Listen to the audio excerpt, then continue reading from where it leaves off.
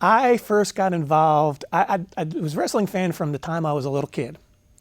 Now, I grew up in the Northeast. I grew up in Philadelphia. So when I say a little kid, I'm talking about the old WWWF.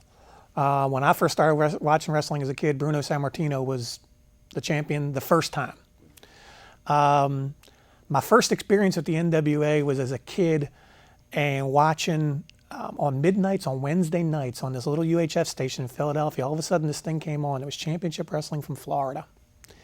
And there was Jack Briscoe and Paul Jones and Bob Roop and Eddie Graham and Mike Graham. And it's like, wow, this is the stuff I had only seen in wrestling magazines. Because back then, cable didn't exist, let alone the internet. My own involvement in wrestling, so I was a fan since I was a little kid. My own involvement in wrestling came when I moved to Charlotte, North Carolina in actually the very end of 1987, but predominantly in 1988.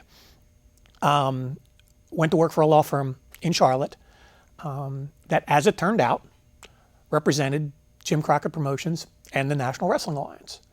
And as it turned out, I started working predominantly with the partner who those were two of his main clients.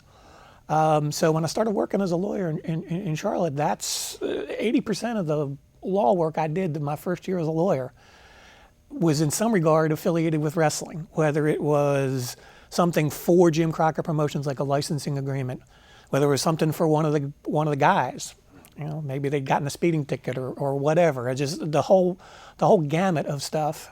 I worked probably 80% of what I did as my first year as a lawyer was related to the pro wrestling business.